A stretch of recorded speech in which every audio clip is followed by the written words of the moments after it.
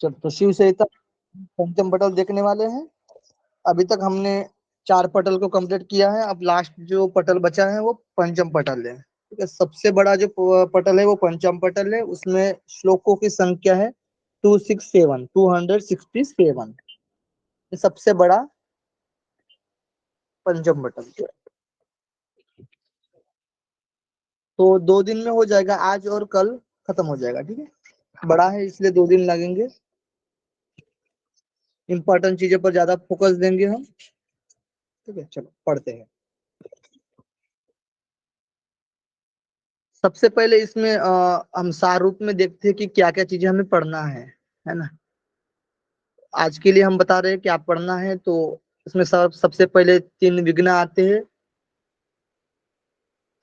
जो कि भोग रूप, धर्म रूप और ज्ञान रूप। उसके बाद 4 मंत्र की चर्चा आती है, 4 योग की चर्चा आती है।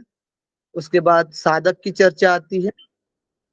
उसके बाद नाद का श्रवण के बारे में बताया जाता है कि नाद में कौन कौन से आवाज सुनाई देती है। ठीक है, और उसके बाद शत चक्र का वर्णन किया। उसके बाद सप्त चक्र, सहस्त्र चक्र जो बताया गया है, सहस्त्र चक्र वो बताया गया। ठीक है? ये चीजें हमें पढ़ना है। यहाँ से क्वेश्चन भी पूछे जा रहे हैं जिसने, तो ज्यादा जो इम्पोर्टेंट रहता है उस पर ज्यादा हम फोकस देंगे, है ना। स्टार्ट करते हैं शिव संहिता में पंचम पटल। इसमें जो श्लोक की संख्या है वो 267 है। सब तो स्टार्टिंग में माता पार्वती कह रही है कि मेरे प्रिय शंकर, परमात्मा की बुद्धि रखने वाले, यानी मुझे कृपा ये बताइए कि योग साधकों को किस तरह के विघ्नों का सामना करना पड़ता है।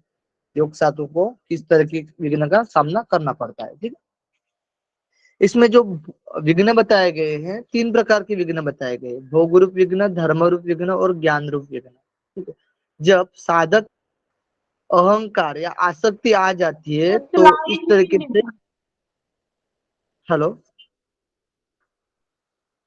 दिख नहीं रहा। सबको दिख रहा है, दिख रहा है, दिख सभी रहा को है। पहला वाला नहीं दिख रहा, चेंज नहीं हुआ। स्क्रीन है। स्क्रीन पर है। ठीक है, आगे भी दिख जाएगा आपको। जारी रखिए सर, पढ़ाई जारी रखिए। तो माता पार्वती पूछ रहे भगवान शिव शंकर से कि जो साधक है, योग साधक, इनको किस तरह के विघ्नों का सामना करना पड़ता है। तो इसमें 3 प्रकार के विघ्न बताए गए, भोग रूप, धर्म रूप और ज्ञान रूप। ये तीनों प्रकार के विघ्न कब आते हैं, जब साधक में आसक्ति या अहंकार आ जाता है तो ये विघ्न आते हैं। ठीक है, और साधक में आसक्ति अहंकार नहीं रहेंगे तो नहीं आएगा, तो ये विघ्न नहीं आएंगे, है ना। तो पहले भोग रूप विघ्न देखते हैं, फिर धर्म रूप और फिर ज्ञान। अब दिख रहा है रुचि जी? Yes sir. तो भोग रूप विघ्न में बताया गया है कि स्त्री संग, शैया, आसन, वस्त्र, मुख चुंबन, तांबुल यानी पान का सेवन, राजकीय ऐश्वर्य एवं विभूतियां, सोना, चांदी, तांबा आदि रत्न, सुगंधित द्रव्य, गो, वेद शास्त्रों, और भी नीचे है, और दिखाइए रूबी जी।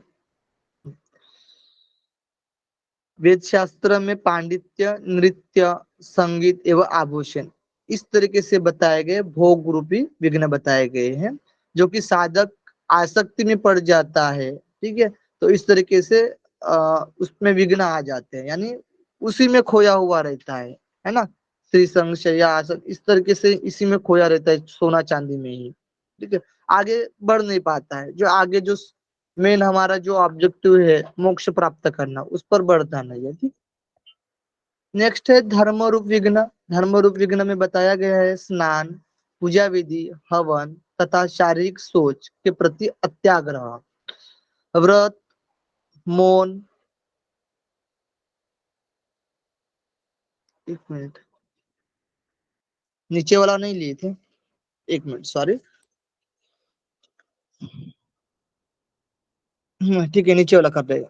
जो भोगरूप विघ्न है उसके नीचे भी और बताया गया है कि वंशी, वीणा, मृदंग वादन, राज्य और श्रेष्ठ वाहन, पत्नी, संतान आदि इत्यादि भी भोग रूप विघ्न में आते हैं। धर्म रूप विघ्न देखते हैं। और है रूबी जी नीचे नहीं है ना?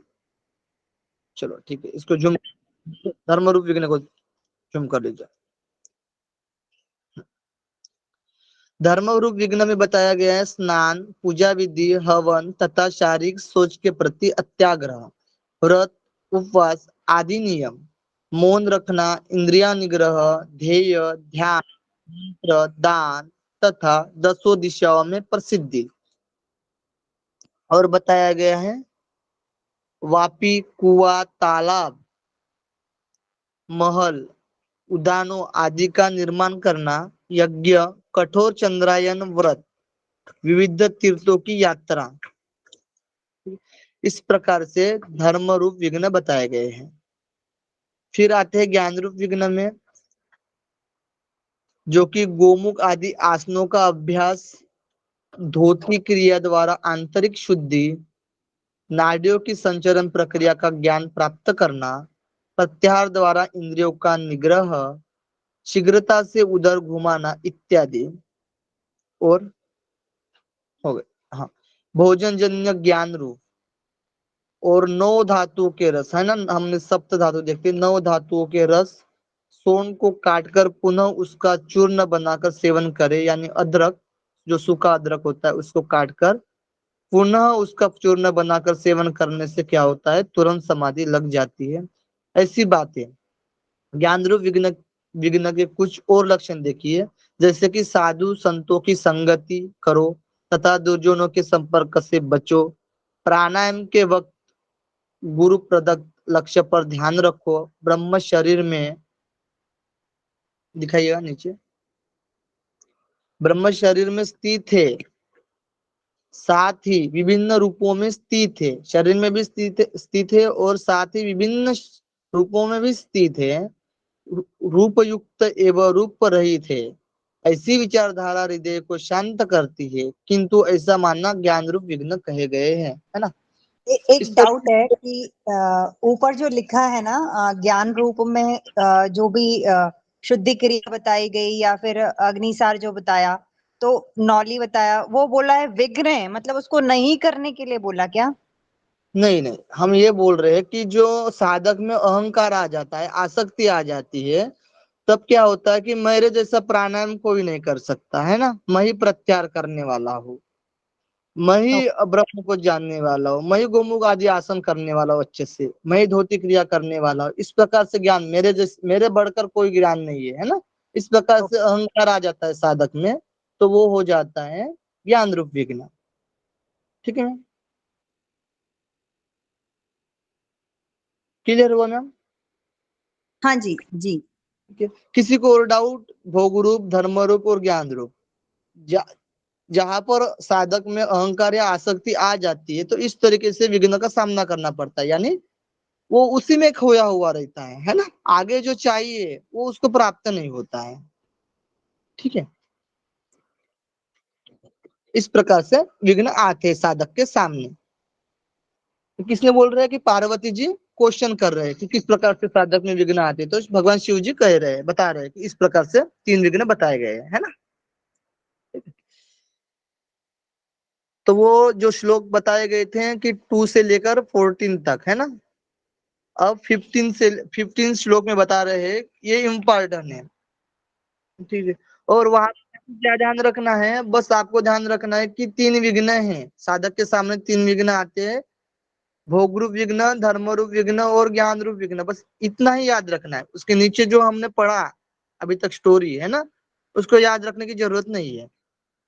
आपको पता है धर्म रूप क्या हो सकते हैं, 1-2 पता भी चल गए तो भी आइडिया हो जाता है, और धर्म रूप, भोग रूप और ज्ञान रूप, 1-2 सिर्फ याद रखना है, बाकी को याद नहीं रखना है। ठीक है, 15 नंबर का श्लोक इंपॉर्टेंट है, इसको याद रखना है, 15 नंबर के श्लोक के अकॉर्डिंग याद रखना है। ठीक है, शिव चैतन्य में पंचम पटल में 4 योग की चर्चा आती है। वो कौन कौन से हैं? मंत्र योग, हठ योग, लय योग, राजयोग। ये 2-3 बार क्वेश्चन में आया हुआ है, देखते हैं इसको। नेक्स्ट पढ़ते हैं मंत्र योग, हठ योग, लय योग, राजयोग, चारों के बारे में पढ़ते हैं। राजयोग द्वैत भाव से रहित होता है, जीव ईश्वर एक हो जाता है। यानी राजयोग अद्वैत है, एक ही है, आत्मा है ना, परमात्मा एक ही है। जीव ईश्वर एक हो जाते हैं इसमें, यानी आत्मा और परमात्मा एक हो जाते हैं। इसमें 4 प्रकार के साधक बताए गए, उसी के अंडर में मंत्र योग, लय योग, हठ योग, राजयोग आते हैं। यहाँ से क्वेश्चन भी पूछा हुआ था, अभी जस्ट 2023 में ही पूछा था। मतलब 2022 दिसंबर का क्वेश्चन था, 2023 फरवरी में एग्जाम हुआ था, वहां पर क्वेश्चन आया हुआ था। ठीक है, तो देखिए इसको ध्यान रखिए अच्छे से। 16 से लेकर 28 तक इसकी चर्चा की गई है। जो साधक बताए गए, मृदु, मध्य, अधिमात्र, अधिमात्रतम। हम पतंजलि योग सूत्र में 3 प्रकार के साधक देखते हैं, मृदु, मध्य, अधिमात्र, है ना। इसमें अधिमात्रतम भी जोड़ा गया है। 4 प्रकार के साधक है। ठीक है, तो मृदु को पहले देखते हैं, फिर मध्य, फिर अधिमात्र, अधिमात्रतम। मृदु साधक में बताया गया है कि मंद उत्साह, उसके जो लक्षण है ना, वो कैसे होता है। लक्षण जो बताया गया कि मंद उत्साह वाला होता है, अति मूढ़, लोभी, रोगी, गुरु की निंदा करने वाला, पापी, अधिक भोजन करने वाला। और नीचे है वाला, और स्त्री के वशीभूत, अत्यंत क्रूर और मंद वीर्य वाला। उसका वीर्य भी मंद रहता है, मृदु। ठीक है, ओके। इस प्रकार से मृदु के लक्षण बताए गए हैं, मृदु साधक के। फिर मध्य साधक में आते हैं। मध्य साधक जो बताया गया कि सम बुद्धि वाला होता है, उसकी बुद्धि जो होती है वो सम होती है, और क्षमाशील, पुण्यार्थी, पुण्य वाला, और प्रिय बोलने वाला, और सभी कार्यों में, नीचे दिखाइए, सभी कार्यों में समान स्थिति रखने वाला। कितने बताए, एक मिनट और नीचे कर लीजिए, नीचे कर लीजिए, पहला वाला दिखाइए। ओके, तो यहां से क्वेश्चन पूछा गया था मध्य साधक में। मध्य साधक में इसको आपको याद रखना है, सीक्वेंस से याद रख लेना है आपको। समबुद्धि वाला, क्षमाशील वाला, सीक्वेंस में लगाने के लिए बोला गया था क्वेश्चन में। अभी जस्ट लेटेस्ट क्वेश्चन है, ठीक है, 2022 दिसंबर में पूछा गया था। समबुद्धि वाला, क्षमाशील वाला, पुण्यार्थी, प्रिय बोलने वाला, और सभी कार्य में समान स्थिति वाला। ठीक है, इस प्रकार से 5 लाभ बताए गए थे। इसको आपको सीक्वेंस में याद रखना है। बाकी के क्यों याद नहीं रख सकते हैं, क्योंकि बहुत ज्यादा बताए गए हैं, तो उसमें सीक्वेंस के लिए नहीं पूछा जाएगा, लेकिन मध्य में पूछा जाएगा, क्योंकि 5 ही चीजें बताई गई है। तो आप लोग उसको नोट कर लीजिए, इसको आपको सीक्वेंस में याद रखना है। और बाकी बस मृदु का क्या रखना है आपको, मंद उत्साह वाला, अति मूड वाला, ये याद हो जाएगा। ठीक है, इस तरीके से याद रखना। फिर हम अधिमात्रक में आते हैं। अधिमात्र में, तो अधिमात्र में उससे थोड़ा अच्छा साधक है ना, मृदु मध्य से भी अब थोड़ा और अच्छा साधक, और अच्छे से सफलता प्राप्त किया है उसने। ठीक है, जैसे कि स्थिर बुद्धि, उसकी जो बुद्धि होती है वो स्थिर होती है, लय में युक्त है, नादानुसंधान वाले लय में युक्त है, स्वाधीन यानी स्व अधीन है उसके, वीर्यवान, दयावान, क्षमाशील, और भी बताया गया है नीचे, सत्यवादी, शूरवीर, अनुभवी, गुरु उपासक, योगाभ्यास करने वाला। इस प्रकार से अधिमात्र साधक के लक्षण बताए गए हैं। फिर आते हैं अधिमात्रतम। अधिमात्रतम में बताया गया है कि अब उनसे भी अच्छा है ना, श्रेष्ठ, श्रेष्ठ श्रेणी का, जैसे कि महान, पराक्रमी, उत्साही, रूपवान, शौर्यवान, शास्त्रों का ज्ञाता, सतत अभ्यासशील, मोह रहित, शांत, सदा तरुण। देखिए युवक के लिए भी बोला गया, सदा तरुण होता है ना। और नेक्स्ट, मित भोजी, यानी मिताहार करने वाला, मित भोजी, इंद्रियों को वश में रखने वाला, निर्भय, पवित्र, कुशल, दानी, सभी जनों को आश्रय देने वाला, विकार रहित, प्रिय भाषी, शास्त्रों में विश्वास रखने वाला, देवता गुरु पूजक, जनसंपर्क से दूर रहने वाला, महाव्याधियों से अछूता। इस प्रकार से अधिमात्रतम के लक्षण बताए गए हैं। ठीक है, आपको क्या बस याद रखना है, मध्य साधक को सीक्वेंस में याद रखना है, किस प्रकार से लक्षण बताए गए, 5 बताए गए हैं, है ना, उसको सीक्वेंस में याद रखना है। बाकी को याद रखने की कोई जरूरत नहीं है, बस आपको मृदु मध्य अधिमात्र अधिमात्रतम इतना याद रखना है। ठीक है। साधक, अब साधक को योग में रिलेट किया गया है। ठीक है। अब मृदु साधक किस तरीके से मंत्र करेगा या लय योग करेगा, कौन सा योग करेगा मंत्र मृदु साधक, ये बताया गया है। ठीक है। तो पहले मृदु साधक देखते हैं। मृदु साधक में बताया गया है कि साधना का समय 12 साल तक प्रयत्न पूर्वक अभ्यास करने से सफलता मिलती है। गुरु से, ठीक है, 12 साल तक प्रयत्न पूर्वक अभ्यास करने से सफलता मिलती है। गुरु से दीक्षित होकर मंत्र योग का अधिकारी होता है। गुरु से दीक्षित होकर मंत्र योग का अधिकारी होता है। ठीक है। मृदु में क्या होता है, मंत्र योग, ये ध्यान रखना है आपको। वो 12 साल तक अभ्यास करना पड़ेगा मृदु साधक को। ठीक है। और योग के अधिकारी यानी मंत्र योग का। ठीक है। देखिए नेक्स्ट में मध्य में लय योग है। ठीक है। भले ही ऊपर आपको श्लोक में सीक्वेंस चेंज हो गया होगा। ठीक है। मंत्र योग, उसके बाद हठ योग, फिर लय योग, फिर राजयोग, इस तरीके से होगा। लेकिन आपको ध्यान कैसे रखना है, मंत्र योग, लय योग, हठ योग और राजयोग। इसलिए मैं थोड़ा कंफ्यूज हो गया था, है ना। ऐसे याद रखना है आपको, मंत्र योग, लय योग, हठ योग और राजयोग। फिर लय में बताया गया है, जो मृदु मध्य साधक में लय के लिए बोला गया, उसमें 12 साल था लेकिन 9 साल दिया नहीं है श्लोक में, ये ध्यान रखना। इसमें कुछ किया। हाँ जी हाँ, किसी का क्वेश्चन था। हेलो, सर आपकी थोड़ी वॉइस ब्रेक हो रही थी। ब्रेक हो गया वॉइस, वॉइस वॉइस आवाज नहीं आ रहा है। आ रही है सर, प्रॉपर आ आ रही रही है है, आ तो रही है जी शीतल जी। सर जी एक बात बोले, हाँ जी। सर जी जो सब याद करना पड़ता है ना, उसको हम तो बाद में बहुत दिन बाद जाके पीपीटी इकट्ठे निकालते हैं खर्चा के कारण। रोज थोड़ा थोड़ा ना जो सब याद करना, अब जब पीपीटी बनाएंगे उसके अंदर थोड़ा थोड़ा अगर एक टिक मार्क लगा देंगे व पॉइंट मार्क लगा देंगे बीच में, बाय आर लिख देंगे, रिमेम्बर ऐसा लिख देंगे तो अच्छा रहेगा, तो जीरोक्स निकल जाएगा। जो याद करना पड़ता है ना, आप बोल रहे हैं इसको मार्क कीजिए, इसको मार्क कीजिए, आप तो इससे पहले पढ़े ही है ना, देखिए आपको तो जानकारी है। नहीं, हम देखिए, आपको रिक्वेस्ट नहीं कर रहे हैं, आपसे अनुभव ले रहे हैं जस्ट। हाँ बस सही है आपकी बात। आपका अनुभव से आप पढ़ाइए, हम जस्ट हाँ। आपसे अनुभव ले रहे हैं।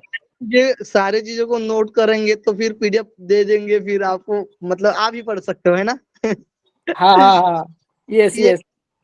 एक बात ये है, क्लास करने का यही फायदा होता ऐसा है है ना। ना, सुनिए एक मिनट, ऐसा नहीं है कि सब कुछ हम ही करके दे देंगे, फिर हाँ आप ये कुछ बात सही है। हाँ हाँ हाँ। फिर आप कुछ करोगे ही नहीं, तो थोड़ा सा तो आपको इतना सुंदर पीडीएफ मिल रहा है, किसी संस्थान में नहीं मिलता है, इतना ब्रैकेट बना हाँ के ये बढ़िया। बात सही, ये बात सही है, ये बात सही है अब सर। आप उसमें कहो कि उसमें भी हम टिक ले, अभी आपको पढ़ा रहे हैं लाइव क्लास में है, उतना तो आप कोशिश कर लो, एक कागज कलम लेकर के। मान लो अमित जी आपके साथ समस्या हो सकती है, बाकी के साथ नहीं है ना, तो अगर खुद से ठीक भी है थोड़ा सा इन्वॉल्वमेंट होगा हाँ तो ठीक है आप सर। अभी टीचिंग एप्टीट्यूड में हम लोगों ने पढ़ा था ना, हमारा भी इन्वॉल्वमेंट होना है। सब कुछ टीचर करके दे दिया तो हमारा कितना परसेंट, 20% ही हमारे रिटर्नशिप हमारी होगी ना उस चीज की। जब हाँ हम भी ठीक है। इन्वॉल्व हैं तो बढ़ेगा वो, ठीक है। हाँ सर, बात को गुस्सा की मैं क्षमा कीजिए, हम नहीं नहीं, अनुभव कोई ले बात रहे थे, कोई हम बात नहीं, रिक्वेस्ट कोई भी बात। नहीं कर रहे हैं, अच्छा, अनुभव ले रहे हैं जस्ट। कोई बात नहीं, कोई बात ओके नहीं। Okay, thank you so much. Okay ji, आप प्रणाम प्रणाम। हाँ, ठीक है। तो मध्य साधक में लयोग के बारे में, लयोग का साधक बन जाता है जो मध्य साधक होता है, जो लयोग प्राप्त कर लेता है। लेकिन इसमें श्लोक में 9 साल बताया नहीं गया, जैसे कि मृदु में 12 बताया गया है, 3 माइनस होता जाएगा, है ना? तो श्लोक में दिया नहीं है, लेकिन हम मान सकते हैं कि 9 साल के अभ्यास में हम लयोग का अधिकारी बन जाते हैं, मध्य साधक। ठीक है। नेक्स्ट, मृदु मध्य अधिमात्र। अधिमात्र में 6 साल है ना, 3 माइनस हो रहा है, 12, 9 और 6 6 साल में साधक में सफलता मिल जाती है हठ योग में, है ना। हठ योग का अधिकारी बन जाता है अधिमात्रक साधक। अब अधिमात्रतम 3 साल में सफलता मिल जाती है ना। 12, 9, 6 और 3 साल में सफलता मिल जाती है। गुरु सभी योगों का अधिकारी मानते हुए उपदेश देते हैं। सभी योगों का अधिकारी मानते हुए यानी सभी योगों का अधिकारी हो जाता है तो मानते हुए उपदेश देते हैं गुरु जी। ठीक है, ये बहुत ही इंपॉर्टेंट है, इसको आपको रिलेट करके ही पढ़ना है। जैसे मृदु मध्य अधिमात्र अधिमात्रतम, उसके बाद मंत्र योग, लय योग, हठ योग और राजयोग, उसके बाद 12, 9, 6 और 3, इस तरीके से आपको याद रखना है चीजों को। ठीक है, दिया भी इसमें साफ साफ सिर्फ 9 श्लोक में दिया है, इतना ध्यान रखना। बोला जी बताइए। ठीक है, यहाँ तक किसी को प्रॉब्लम हुई बताइए, किसी को कुछ डाउट हो तो पूछिए, नहीं तो फिर आगे बढ़ते हैं। नहीं ठीक है सर, जारी रखिए। तो मंत्र योग का अधिकारी इनमें से कौन सा साधक होता है बताइए? मृदु साधक। मृदु साधक। ठीक है, मंत्र योग के अधिकारी को सफलता में कितना समय लगता है? 12 साल। 12 साल। और लय योग का अधिकारी कौन सा साधक होता है? मध्य योग। मध्य साधक। हठ योग का अधिकारी कौन सा साधक होता है? अधिमात्र साधक। अधिमात्र। हठ योग के अभ्यास को सफलता में कितने समय लगता है? 9 साल। वर्ष। 9 साल। सभी योगों का अधिकारी कौन सा साधक होता है? अधिमात्रतम। तम लगाना है लास्ट। हाँ, तम लगाना है लास्ट में। ठीक है, नेक्स्ट। अधिमात्रतम साधक को सफलता में कितना समय लगता है? 3 साल। 3 साल। ठीक है, हमने 28 श्लोक तक कवर कर दिया है ना। अभी कितना और भी बाकी है, यानी इसमें 2, 6, 7 श्लोक है, सबसे बड़ा पटल है पंचम पटल। ठीक है, तो हमने 3 विघ्न देखा, भोग रूप, धर्म रूप और ज्ञान रूप। इसके बाद मंत्र योग, लय योग, हठ योग, राजयोग और साधक, मृदु मध्य अधिमात्र अधिमात्रतम। ठीक, ये इंपॉर्टेंट चीज थी, है ना। यहाँ से भी ये जो हम पढ़ाएंगे, जहां पर इंपॉर्टेंट बोलेंगे वहां पर आपको टिक कर देना है। ठीक है, अब इसमें 29 से लेकर 35 तक प्रतीक उपासना बताई गई है। अब प्रतीक उपासना क्या होती है ये हमें पढ़ना है, ध्यान से आपको सुनना है, समझना है। देखिए, प्रतीक उपासना में पहले सर्वप्रथम फल की चर्चा की गई कि दृष्ट एवं अदृष्ट फलों को देने वाली प्रतीक उपासना करना चाहिए। यानी वो दृष्ट यानी दिखने में जो आती है वो चीजें की फल मिलता है, और अदृष्ट जो दिखाई नहीं दे पड़ती है ना, जिसका हम अनुमान ही कर सकते हैं, वो भी चीजों का हमें फल मिलता है।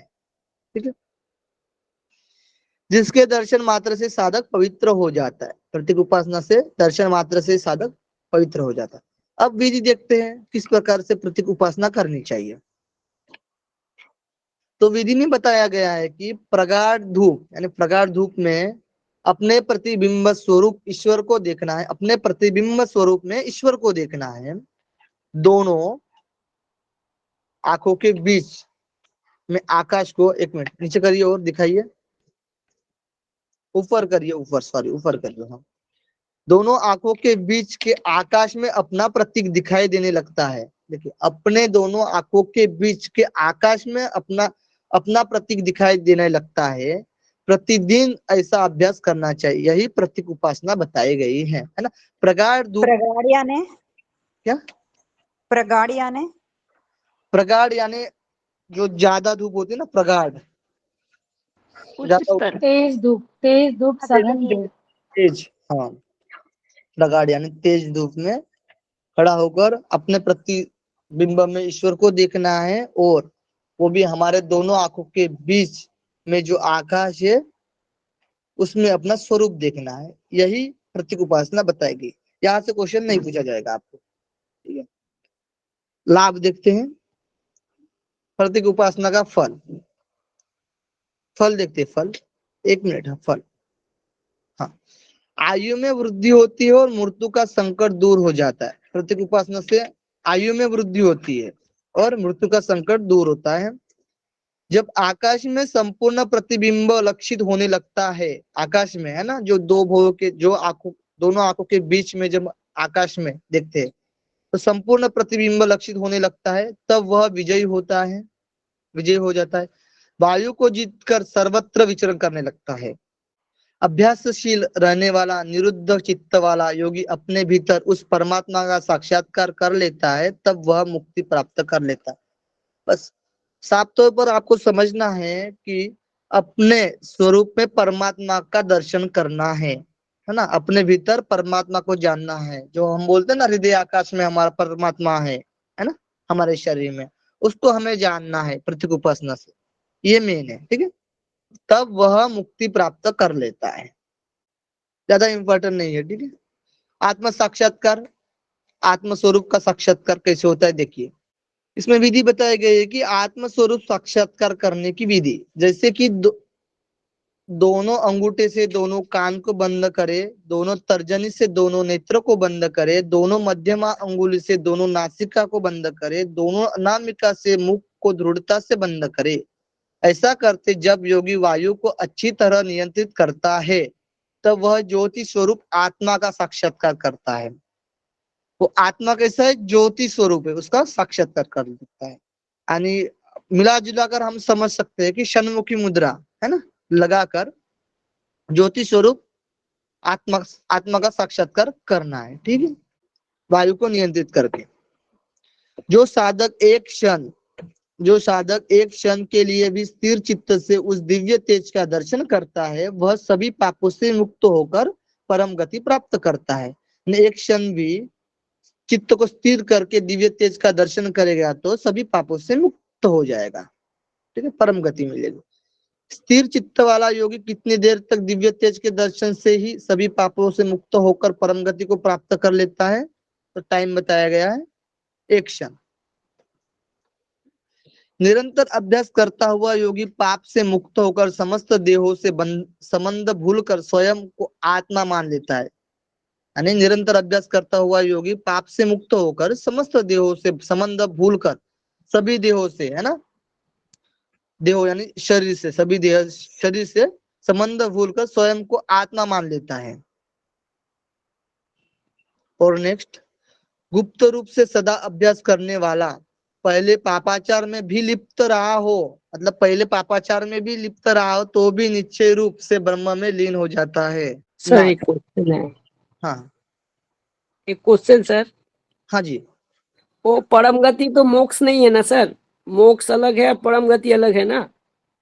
देखिए अलग अलग ग्रंथ में मोक्ष को परम गति भी बोला गया है, भव सागर से पार होने के लिए भी बोला गया है ना, मुक्ति मिलती है ये भी शब्द यूज किया गया है।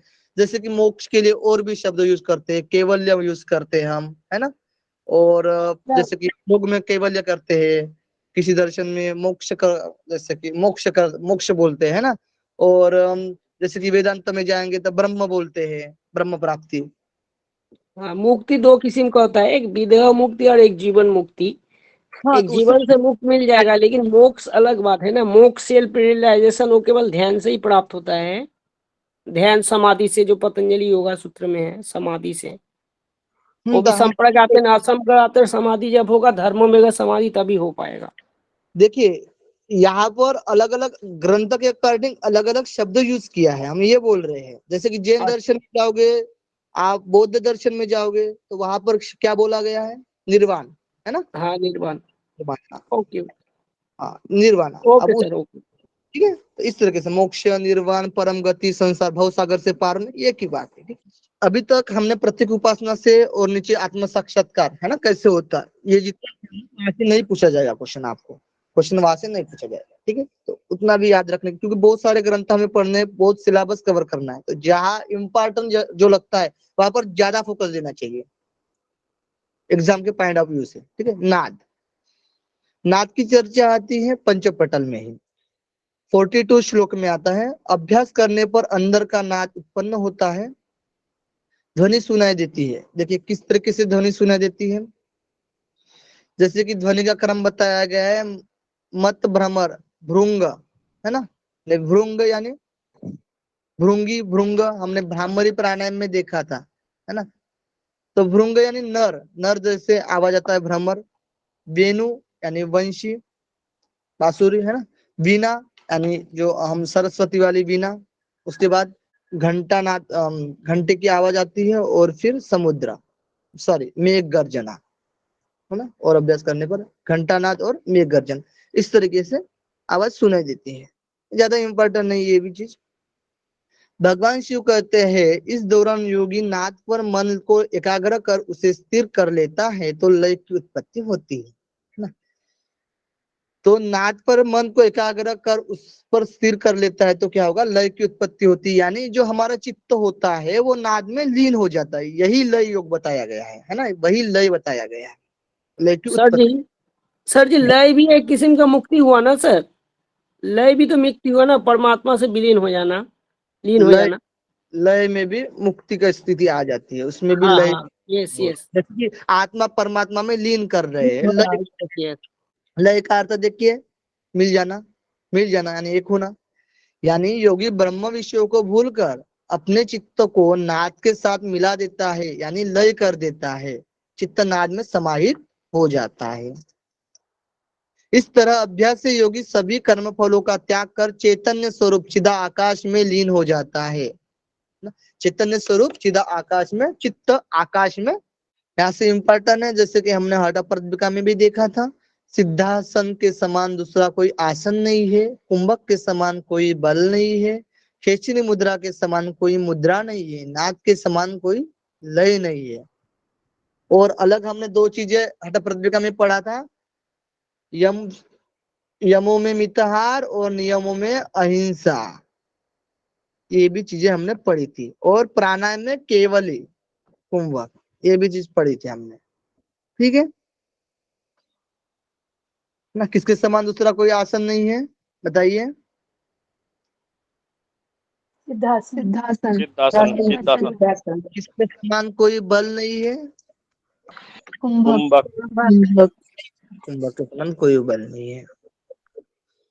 नाथ के समान कोई लय नहीं। हाँ, और देखिए बल से आपको और याद आया होगा, घेरण संहिता में हमने देखा है। हाँ क्या बताइए बिमला जी, बताइए। माया के समान कोई पाप नहीं, माया के एक ही लोग बताइए ना। हाँ बताइए, निकी जी बताइए। ठीक है निकी जी बताइए। माया के समान कोई पाप नहीं, योग के समान कोई बल नहीं, ज्ञान जैसा कोई बंधु नहीं और अहंकार जैसा कोई शत्रु नहीं। गुड। सुपर। तो योग से बढ़कर बल नहीं कोई, है ना, यही बोला है ना, योग को बल बोला गया है। अरे यहाँ खेचरी मुद्रा है, खेचरी। हाँ हठ प्रदीपिका में मुद्रा में खेचरी, इसमें भी खेचरी बताया गया है ना।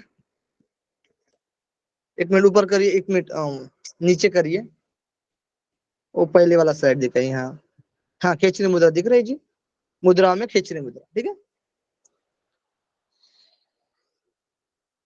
और लयों में सर्वश्रेष्ठ, लय के जैसे 1.25 करोड़ लय होते हैं, उसमें से नाद एक सर्वश्रेष्ठ बताया गया है। मुक्ति मार्ग के लिए दिशा की विधि बताई गई है, मुक्ति मार्ग के लिए दिशा की विधि बताई गई है। साधक को अपने समस्त पदार्थों को योगवेता, योग में जो दृढ़ है, ठीक है, योगवेता गुरु को अर्पित कर योग की दीक्षा लेनी चाहिए। साधक को अपने समस्त पदार्थों को योगवेता गुरु को अर्पित कर योग की दीक्षा लेनी चाहिए, विधि बताई गई है। अलग अलग तरह के द्रव्य, अलग अलग तरह के द्रव्य से तरह के द्रव्यों से विप्र यानी गरीब ब्राह्मण को प्रसन्न कर मेरे मंदिर यानी शिवालय में योग की दीक्षा ले, शिवालय में योग की दीक्षा लेनी चाहिए, वो भी गरीब ब्राह्मण को प्रसन्न कर। मन की स्थिति बताई गई है कि पूर्व के कर्म संस्कारों को त्याग कर योग के अनुसार दिव्य संस्कारों का वाला बनाकर अभ्यास करें, है ना। पूर्व के संस्कार को त्याग देना है और योग के द्वारा दिव्य संस्कार लेना है। अभ्यास का तरीका बता रहे हैं कि जनसंपर्क को त्याग कर यानी एकांत में रहना है। तो जनसंपर्क को त्याग कर यानी एकांत में पद्मासन लगाए, इडा पिंगला का भेद महत्व, है ना, इडा पिंगला का भेद जानना है हमको, जानकर अंगुलियों से उसका निरोध करो, यानी यहाँ पर प्राणायाम की चर्चा है, प्राणायाम का भी अभ्यास करना है इसमें। फिर अभ्यास सिद्ध होने पर क्या होगा, तो वायु की सिद्धि होती है, अभ्यास सिद्ध होने पर वायु की सिद्धि होती है। सुखमय निराकार आत्मा का साक्षात्कार होता है, इसलिए सिर्फ उसी की कोशिश करिए। फल नित्य अभ्यास से पाप समूह नष्ट हो जाता है, प्राणवायु सुषुम्ना में प्रविष्ट होती है। लगातार अभ्यास होने पर देवताओं के द्वारा पूजे जाते हैं, अष्ट सिद्धियां मिलती है, तीनों लोकों में विचरण की क्षमता आ जाती है, साधक आत्मा में संलग्न होकर आनंद में रहता है। सिर्फ योग्य लोगों को ही इसका ज्ञान देना चाहिए। इस तरीके से अभ्यास का वर्णन किया गया है, ठीक है, साधक को किस तरीके से अभ्यास करना है। नेक्स्ट, और फल भी बताया गया है। इस तरीके से अभ्यास करने से अष्ट सिद्धियां तीनों लोगों में विचरण करने लगता है। ठीक, यहाँ तक जितनी भी मतलब जितनी भी चर्चा हुई है वहां से क्वेश्चन नहीं पूछा जाएगा, ठीक है। और किसी को डाउट है तो बताइए, ठीक है। कंटकूप में हमने देखा था पातंजलि सूत्र में, कंटकूप पे शीत पिपासा निवृत्ति है विभूति पाद में, ठीक है, यानी भूख और प्यास की निवृत्ति हो जाती है। देखिए, तो जब योगी पद्मासन में बैठ जिह्वा को तालु मूल में लगाकर कंटकूप का ध्यान करता है तो भूख प्यास की निवृत्ति होती है। पातंजलि सूत्र को रिलेट करके पढ़ना है। नेक्स्ट है ना, कुर्मनाड्यम स्थैर्यम, ये भी पातंजलि सूत्र के विभूति पाद में बताया गया है। कुर्मनाड्यम स्थैर्यम यानी स्थिरता। कंटकूप के नीचे के स्थान पर कुर्मनाड़ी सुभूषित है, सुशोभित है ना। कंटकूप के नीचे, कंठ जो है हमारा, उसके नीचे जो बताया गया है कुर्मनाड़ी स्थित है। उस पर मन को एकाग्र कर योगी चित्त की अत्याधिक स्थिरता को प्राप्त कर लेता है, चित्त की स्थिरता को प्राप्त कर लेता है। कुर्मनाड़ी कहाँ स्थित होती है? तो कंटकूप के नीचे। कुर्मनाड़ी पर ध्यान करने से क्या होता है? तो चित्त की स्थिरता आती है। यहाँ तक सबको क्लियर हुआ? थम करिए, नहीं तो क्वेश्चन करिए, जो समझ में नहीं आया वो थम सब करिए। थम, सोनू जी, जानकी जी, जल्दी से करिए। अमित जी, शीतल जी, बिमला जी, निष्ठा जी, नंदिता जी, अजय जी, उज्ज्वला जी, आयुषी जी। 24 जन हाँ। तो ठीक है, तो कुर्मनाड्यम स्थैर्यम और कंटकूपे शीत पिपासा निवृत्ति ही, ये दो देखे थे। अब कपाल कोर पर ध्यान रखने से क्या लाभ होता है? चलो, कपाल कोर पर ध्यान रखने से कपाल में रुद्राक्ष जैसे विवर पर ध्यान लगाने से बिजली की तरह प्रकाश वाला ज्योति पुंज का दर्शन होता है। इस ज्योति पुंज के चिंतन मात्र से पाप समूहों का नाश हो जाता है और दुराचारी भी परम गति को प्राप्त कर लेता है कपाल कोर पर ध्यान रखने से। ये बातें बताई गई, ठीक है। नेक्स्ट, जो लगातार ज्योति पुंज का चिंतन करता है उसे सिद्धों के दर्शन होते हैं, सिद्धों के दर्शन होते हैं, उनसे बातचीत का अवसर मिलता है ना। और उनसे जैसे सिद्ध जैसे 33 गुरु बताए गए हैं ना, सिद्ध हो गए, वो आकाश में विचरण कर रहे हैं, उनसे बातचीत का अवसर मिल जाता है। और सिद्ध पुरुषों के दर्शन कब होते हैं? प्रकाश पुंज का लगातार चिंतन करने से, प्रकाश पुंज का है ना, प्रकाश का। शून्य का ध्यान, यहाँ ये इंपॉर्टेंट हो सकता है, शून्य का ध्यान, ठीक है, इसको आप ध्यान रखें, नोट कर लीजिए। शून्य का ध्यान, भगवान शिव कहते हैं बैठे हुए, चलते हुए, सोते हुए और भोजन करते हुए दिन रात हर वक्त शून्य का ध्यान करना चाहिए। इससे रिलेट, जैसे कि हम उज्जय प्राणायाम करते हैं, हम कभी भी कर सकते हैं, उठते बैठते चलते फिरते, है ना। इस तरीके से शून्य का ध्यान भी हमें करना है ना। और एक उपनिषद में लय साधना बताई गई थी, शायद कुंडलिनी, ठीक है, हम बताएंगे बाद में। किसी ग्रंथ में, योगोपनिषद में, उसमें लय भी इसी तरीके से बताया गया था, ठीक है, लीन हो जाता है, कभी भी कर सकते हैं। इस तरीके से शून्य में भी, शून्य का ध्यान भी हम उठते बैठते खाते सोते कभी भी हम शून्य का ध्यान करना चाहिए। तब रुद्राक्ष विवर यानी जो आज्ञा चक्र है ना, आज्ञा चक्र वाला, तब रुद्राक्ष विवर रूप आकाश में ध्यानस्थ योगी चिदा आकाश में लीन हो जाता है। निरंतर अभ्यास से योगी मेरे शिव के जैसा हो जाता है, निरंतर अभ्यास से शिव जैसा हो जाता है, सभी भूतों का स्वामी बन जाता है, आशा निराशा से परे हो जाता है, अपरिग्रही हो जाता है। और अपरिग्रह यानी अपरिग्रही हो जाता है, यानी ज्यादा वस्तु का गुणा नहीं करता है, चीजों को जमा नहीं करता है। नासाग्र पर ध्यान रखने से बता रहे का मतलब क्या बताया?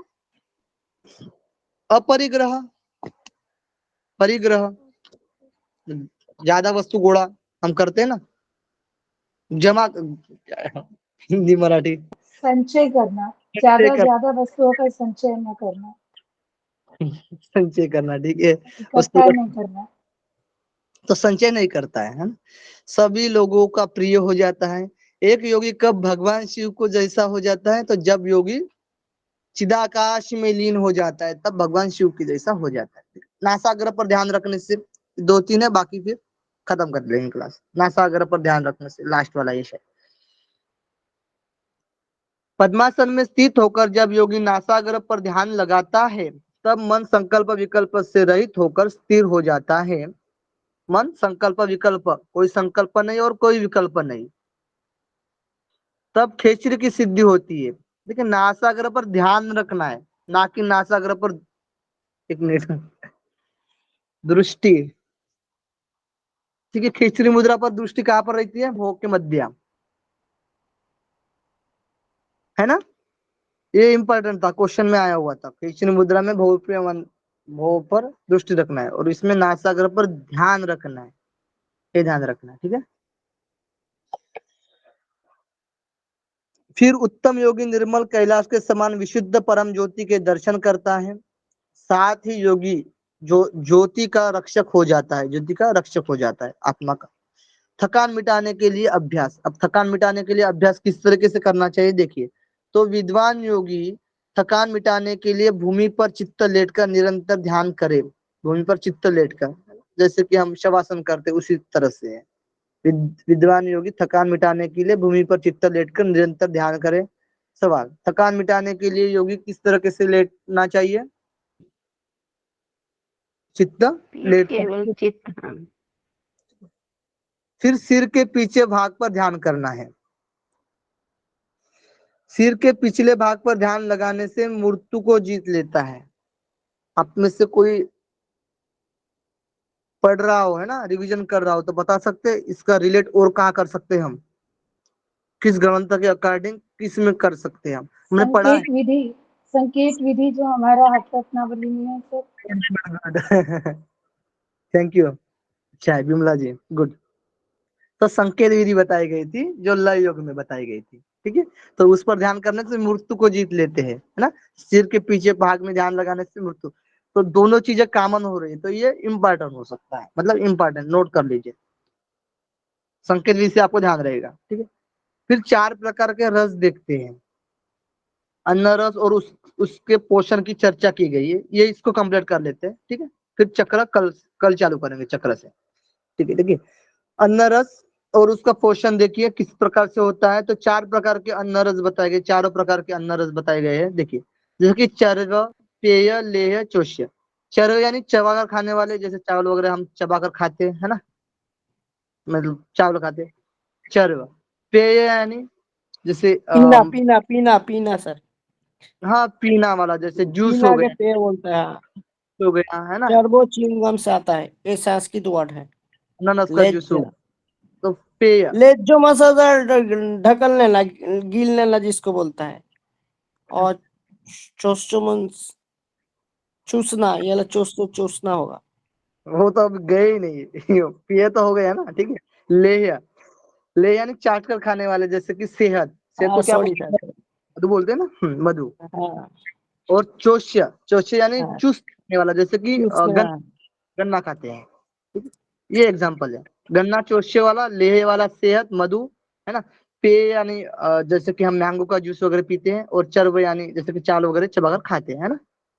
से जो रस उत्पन्न होता है वो 3 भाग में विभाजित किया गया है, 3 भाग में विभाजित किया गया है, जैसे कि सारभूत भाग, दूसरा भाग और तीसरा भाग। इस प्रकार से 3 भाग बोले गए। देखिए, तो इन चारों रस का क्या होता है, देखिए। तो सारभूत भाग में लिंग शरीर का पोषण होता है, यानी कारण शरीर का पोषण होता है। कारण शरीर में क्या होता है, क्या क्या आते हैं, अहंकार और महत तत्व, है ना, कारण हेलो, शरीर में। हाँ हाँ। दूसरा भाग सप्त धातु का निर्माण होता है। सप्त धातु ये स्थूल से रिलेटेड है ना। सप्त धातु का निर्माण होता है, पोषण करता है ना, सप्त धातु। सप्त धातु यानी रस, रक्त, मांस, मेद, अस्थि, मज्जा, शुक्र। ठीक। हाँ, ये तो सर आयुर्वेद का कॉन्सेप्ट है ना सर, सब तरह जी। तीसरा भाग जो बताया गया है, मल मूत्र आदि 7 प्रकार से बाहर निकलता है ना। स्वेद वगैरह जो आदि से बाहर निकल जाता है, मल मूत्र आदि से 7 प्रकार से बाहर निकलता है। इस प्रकार 3 भाग। पहले के 2 रस नाड़ी रूप में है और वे सभी नाड़ियां पाँव से सिर तक वायु का पोषण करती है। ठीक है, वे सभी नाड़ियां पाँव से सिर तक वायु का पोषण करती है। ठीक है, नाड़ियां वायु का पोषण करती है, वायु भी लेती है। और जब इन सभी नाड़ियों से वायु का संचारण होता है तब अन्न का रस इस शरीर में एक समान भाव से पूरे शरीर का पोषण करता है। जब इन सभी नाड़ियों से वायु का संचारण होता है तब अन्न का रस इस शरीर में एक समान भाव से पूरे शरीर का पोषण कर लेता है ना। इस सब नाड़ियों के काम में 14 नाड़ियां प्रमुख है। हमने जो आगे पहले पढ़ा था 14 नाड़ियां जो दूसरे पटल में बताया गया था, ये न किसी से कम महत्वपूर्ण है, न ज्यादा है ना। मतलब किसी से कम भी नहीं है और किसी से ज्यादा भी नहीं है। 14 नाड़ियां प्रमुख बताया गई है, ये भी बात बताई गई है। ठीक है, नेक्स्ट कुंडलिनी का पढ़ लेते हैं, है ना, फिर चक्र तक रख देते हैं। कुंडलिनी और कंद की चर्चा सिंपल है ये। फिर कल आधा बचेगा, फिर हो जाएगा टाइम से, है ना। कुंडलिनी को देख लेते हैं हम। कुंडलिनी और कंद की चर्चा देखिए, जैसे कि कल बोले थे ना कंद के बीच में है, तो सही है, लास्ट में चर्चा आ गई है। एक्सप्लेन मतलब सही से एक्सप्लेन किया गया है लास्ट पटल में। पहले भी चर्चा की गई थी लेकिन लास्ट में अच्छे से कवर किया है किसमें क्या चीज है। हमने पहले जो देखा था काम बीज तक ही देखा था, है ना। अब पूरा देख रहे हैं।